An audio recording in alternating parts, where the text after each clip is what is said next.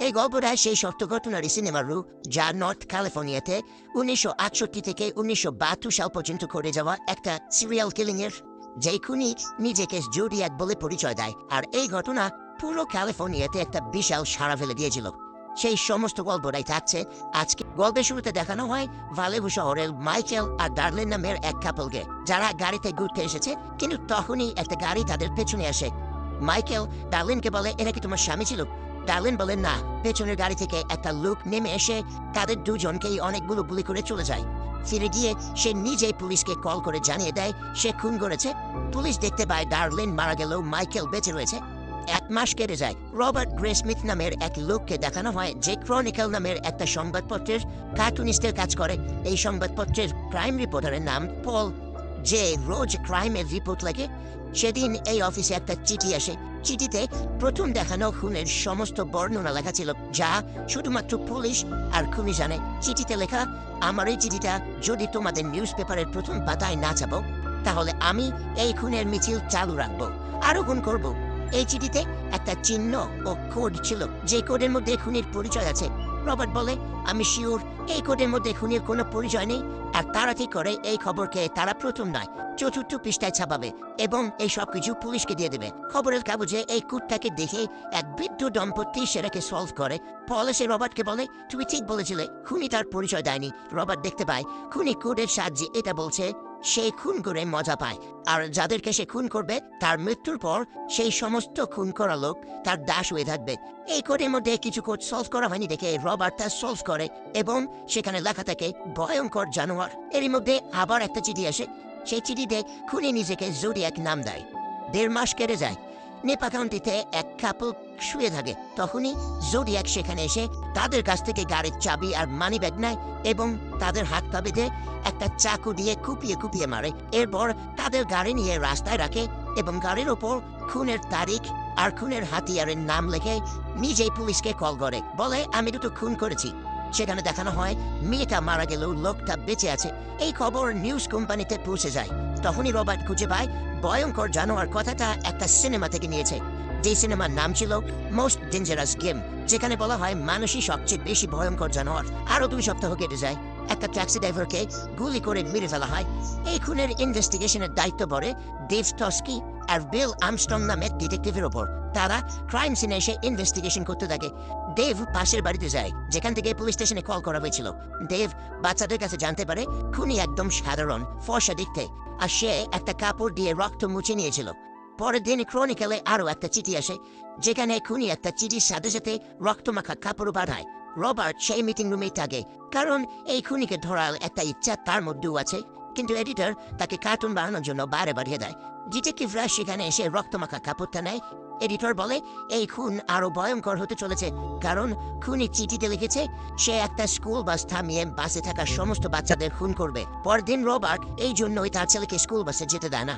Dave চিঠি দুটোর hand writing match করানোর জন্য দেয়। বিল বলে স্কুল বাসের কথাটা নিউজে দেখাতে হবে, আর সেই খবর টিভিতে দেখানো হয় এবং তাতে বলা হয় যদি জুডিয়াকে সম্বন্ধে কেউ কিছু জেনে থাকে তাহলে সান ফ্রান্সিসকো পুলিশকে জানাতে। এই খবরের পরেই অনেক লোকের কল আসতে থাকে। পল খুনি জুডিয়াকে সম্পর্কে নিজের মতামত রিপোর্টে লিখতে থাকে, যেখানে সে জোডিয়াককে মিথ্যেবাদী এবং সমকামী বলে। অন্যদিকে বিল ভালেহো পুলিশ স্টেশনে কল করে মাইকেলের খোঁজ করে। মাইকেল সেই ছেলেটাই যে প্রথম খুনে বেঁচে গেছিল। পুলিশ জানায় মাইকেল সুস্থ হবার পর খুনির ভয়ে এই শহর থেকে পালিয়ে গেছে। এরপর বিল নেপা শহরের পুলিশকেও কল করে, যেখানে তৃতীয় কাপলের খুন হয়েছিল। বিল নেপা পুলিশের কাছ থেকে জানতে পারে খুনির পায়ের ছাপ পাওয়া গেছিল, যেখানে খুনি 10.5 নম্বরের মিলিটারি জুতো পড়েছিল, যা শুধুমাত্র একজন মিলিটারির কাছেই থাকবে। তখনই 2 লোকাল পুলিশ সেখানে আসে এবং বলে তারা সেই ট্যাক্সি ড্রাইভারের খুনিকে দেখেছিল, যে খুব স্বাভাবিকভাবেই হেঁটে যাচ্ছিল। কিন্তু তখন পুলিশ স্টেশন থেকে বলা হয়েছিল কোনো নিগ্রো লোক খুন করেছে, তাই তারা সেই লোককে আর কোনো কিছু বলেনি। অন্যদিকে পল রবার্টকে বলে জোডিয়াক প্রথমে যাদের মেরেছে তারা সবাই কাপল ছিল, আর সে মেয়েদেরকে খুন করতে এতটা ব্যস্ত হয়ে যায় যে ছেলেদের কথা ভুলে যায়। তাই সব মেয়েরা মরলেও ছেলেরা বেঁচে গেছে। আর ভাবতে থাকে এতদিন পরে সে এখানে এসে একজন ট্যাক্সি ড্রাইভারকে কেন মারবে। 2 দিন পর জোডিয়াক পুলিশ স্টেশনে কল করে শহরের ফেমাস লয়ার মেলভিনের সাহায্য চায়। তাই তাকে লাইভ টিভি শোতে আসতে বলে, যেখানে জোডিয়াক কল করবে। শোতে জোডিয়াক কল করে এবং বলে আমার মানসিক ডক্টরের সাহায্য চাই, আমার মাথা প্রচুর ব্যথা করে। এই বলেই কল কেটে দেয়। একটু পর আবার কল করে। মেলভিন বলে, তোমার কি সমস্যা বলো, আমার সাহায্য চাই তোমার। জুডিয়াক বলে, আমার মাথা ব্যথা করে, আর যখন এটা হয় আমি কিছু বুঝতে পারি না, বেরিয়ে পড়ি খুন করতে। আমি স্কুলের বাচ্চাদের মেরে ফেলবো। মেলভিন বলে, আমি তোমার সাথে দেখা করতে চাই। জোডিয়াক বলে, ডেইলি সিটিতে 10:30টার দিকে দেখা করতে। মেলভিন সেই জায়গায় পৌঁছে যায়, কিন্তু জোডিয়াক সেখানে আসে না। ডিটেকটিভরা জানতে পারে এই কলটা একটা পাগলা গারদ থেকে পাগল করেছিল। 2.5 সপ্তাহ পরে আবার জোডিয়াকের একটা লেটার আসে, যেখানে সে পুলিশদের নিয়ে অনেক মজা করে, আর তাতে বোম বানানোর পদ্ধতিও পাঠায়, সাথে আরো একটা কোড পাঠায়। পল রবার্টকে বলে, তুমি কিভাবে জানতে পারলে জোডিয়াক আরো কোড পাঠাবে? রবার্ট বলে, আমার শুধু মনে হয়েছে। সে একটা বই দেখায় এবং বলে কোড লেটারে এই বই থেকে কোড ব্যবহার করা হয়েছে, আর এদেরকে জোডিয়াক কোড বলে। প্রথম খুন হবার প্রায় 1 বছর হয়ে গেছে। মেলভিনের কাছে জোডিয়াকের লেটার আসে। কোনো লেটার থেকেই বোঝা যায় না এই লেটারটা কোথা থেকে এসেছে। এরপর 3 মাসে জোডিয়াকের 4টে চিঠি আসে। পল রবার্টকে দেখায় জোডিয়াক পরে যতগুলো চিঠি পাঠিয়েছে সব নিউজ পেপারে খবর ছাপানোর পর পাঠিয়েছে। আর সে বলে যে জোডিয়াক যাদের খুন করেছে তারা সবাই কাপল ছিল, আর এরপর যাদের খুন হয়েছে তারা কেউ কাপল নয়। অর্থাৎ জোডিয়াক খবরের কাগজ দেখে সেই সব খুনের ক্রেডিট নিজে নিচ্ছিল। পল এটাও দেখায় জোডিয়াক তার নাম এবং চিহ্ন একটা গরিব থেকে নিয়েছে। আরো কিছুদিন কেটে যায়। পলের কাছে জোডিয়াকের একটা চিঠি এবং রক্তমাখা কাপড় আসে, আর সেখানে পলকে হুমকি দেওয়া হয়, কারণ পল জোডিয়াককে মিথ্যেবাদী এবং সমকামী বলেছে। পল ভয়ে তার কাছে একটা বন্দুক নেয়। সে রবার্টকে বলে একটা লোক তাকে কল করে রিভার সাইডে যেতে বলেছে কিছু তথ্য দেওয়ার জন্য। রবার্ট তার ডেটে চলে আসে মেলানির সাথে। মেলানিকে এসে সমস্ত কিছু বলে। মেলানি বলে এটা একটা চালু হতে পারে, হয়তো জোডিয়াকি পলকে যেতে বলেছে, তাকে মেরে ফেলবে। রবার্ট চিন্তায় পড়ে যায়। সে মেলানিকে নিয়ে কল করে জানতে পারে পল বাড়ি থেকে বেরিয়ে গেছে। পল আসলেই তাকে কল করতে বলেছে, আর এই জন্যই সে মেলানিকে নিয়ে তার বাড়িতে গিয়ে ফোনের অপেক্ষা করে। এরপর পলের ফোন আসে এবং ফোনে পল বলতে থাকে সে একটা বিশাল বড় ইনফরমেশন পেয়েছে। পল টিভি চ্যানেলে জানায় রিভার সাইডে 1966 সালে একটা খুন হয়েছিল, আর এটাই জোডিয়াকের প্রথম খুন। খুনি রিভার সাইডে নিউজ কোম্পানিতেও চিঠি পাঠিয়েছিল, যা জোডিয়াকের হ্যান্ড রাইটিং এর সাথে ম্যাচ করেছে।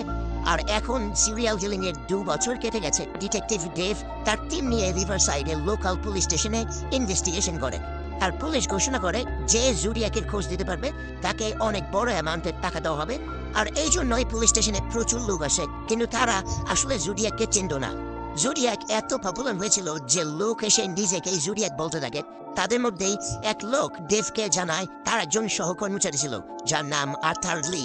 লি তাকে বলতো সে মানুষের শিকার করবে আর তারপর পুলিশদেরকে চিঠি পাঠাবে জোডিয়াক নামে। লি যে স্কুলে কাজ করত সেখান থেকে তাকে বের করে দেওয়া হয়েছে স্কুলের বাচ্চাদেরকে অ্যাবিউজ করার জন্য।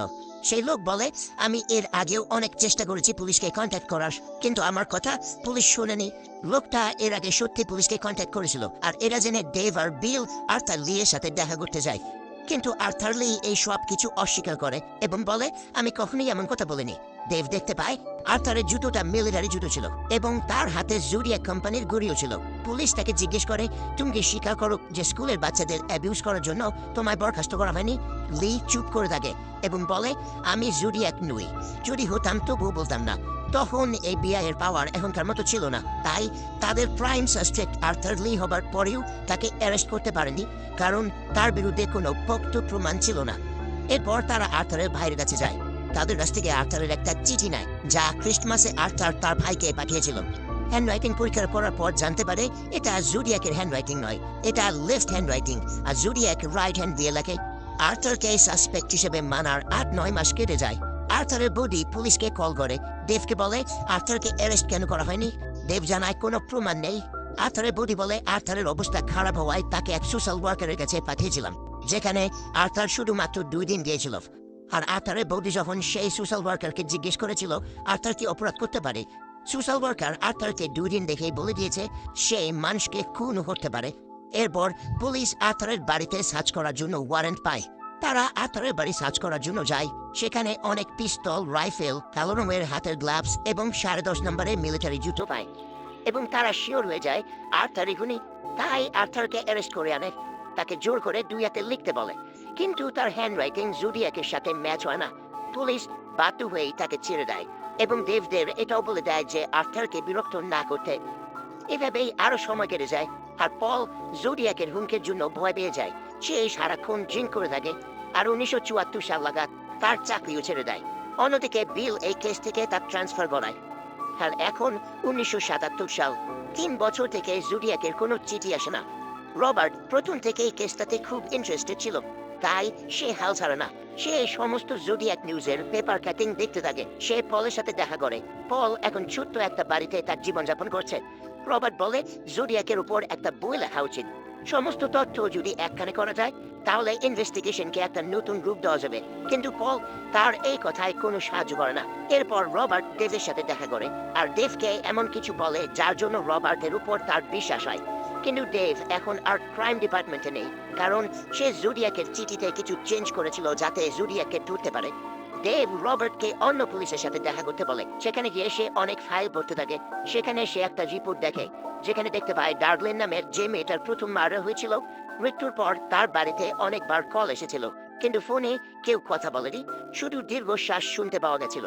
রবার্ট হ্যান্ডরাইটিং এক্সপার্টের সাথে দেখা করে এবং জানতে পারে সময়ের সাথে সাথে মানুষের হাতে লেখারও পরিবর্তন হয়। রবার্ট যে জুডিয়াকে নিয়ে ইনভেস্টিগেশন করছে সেটা ক্রনিকল নিউজ পেপারে ছাপানো হয়। রবার্টের স্ত্রী ভয় পেয়ে যায়। জুডিয়াক যদি তার স্বামীর কোনো ক্ষতি করে, সে রবার্টকে বলে তুমি কেন এসব করছো। রবার্ট জানায় সে জুডিয়াককে খুঁজে বের করবে এবং তার চোখে চোখ রেখে দেখবে যে কি করে একটা লোক র্যান্ডমলি মানুষকে মারতে পারে। এরপর থেকে রবার্টের বাড়িতেও কল আসতে থাকে, যেখানে কোনো একজন কথা না বলে শুধু জোরে জোরে শ্বাস নিতে থাকে। এই সব কিছুর কারণেই রবার্টের স্ত্রী তার বাচ্চাদের নিয়ে চলে যায়, কারণ এখানে তার বাচ্চারা সুরক্ষিত নয়। রবার্ট ডার্লিনের বোন লিন্ডার সাথে দেখা করে এবং জানতে পারে আর্থার লি আর ডার্লিন একে অপরকে চিনত। আর ডার্লিন লিন্ডাকে বলেছিল লিয়ের থেকে দূরে থাকতে। ডার্লিন লিকে দেখে প্রচুর ভয় ছিল।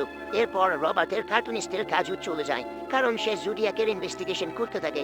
ইনভেস্টিগেশনে রবার্ট এমন কিছু তথ্য পায় যার সাহায্যে বুঝতে পারে যে আর্থার লি ছিল সিরিয়াল কিলার। সে ডেভের সাথে দেখা করে। সে ডেভকে জানায় ডেভরা আর্থারের সাথে দেখা করার আগে পর্যন্ত রেগুলার জুডিয়াকের চিঠি আসতো, কিন্তু আর্থার লিকে গ্রেপ্তার করে ছেড়ে দেবার পর সে ভয় পেয়ে যায়, তাই আর কোনো লেটার বাঁধায় না। এরপর অনেকদিন কেটে গেলে তার ভয় যখন কমে যায় তখন আবার লেটার বাঁধায়। তারপর মোলেস্টেশনের জন্য আর্থার লির জেল হয়ে গেছিল, আর সেই 4 বছরও জুডিয়াকের কোনো লেটার আসেনি।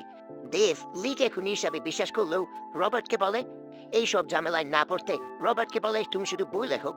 এরপর ঘটনা 1983 সালে চলে আসে। রবার্ট ফাইনালি আর্থারকে খুঁজে পায়। সে আর্থারকে এক দৃষ্টে তাকিয়ে দেখতে থাকে, আর্থারও তাকে এক দৃষ্টে দেখতে থাকে। আর এই ঘটনার 7.5 বছর পর রবার্টের লেখা জুডিয়াক বইটা পাবলিশ হয়, যেটা বেস্ট সেলিং বইয়ে পরিণত হয়। প্রথম খুন হবার 22 বছর পর জোডিয়াকের বই পড়ে পুলিশ মাইকেলের সাথে দেখা করে। মাইকেল ডার্লিনের সাথে ছিল, কিন্তু সে বেঁচে গেছিল। আর মাইকেল আর্থার লির ছবিটা দেখে বলে এটাই সেই লোক 22 বছর আগে যে আমায় গুলি করেছিল। এরপর পুলিশ আর্থারকে গ্রেপ্তার করার জন্য মিটিং করে, কিন্তু গ্রেপ্তার করার আগেই হার্ট অ্যাটাকে আর্থারের মৃত্যু হয়। 2002 সালে জোডিয়াকের লেটার থেকে একটা ডিএনএ টেস্ট করা হয়, কিন্তু সেটা আর্থারের সাথে ম্যাচ হয় না। তাই জন্যই সান ফ্রান্সিসকো আর ভালো হতে আর্থারকে সাসপেক্ট লিস্ট থেকে বাতিল করা হয়।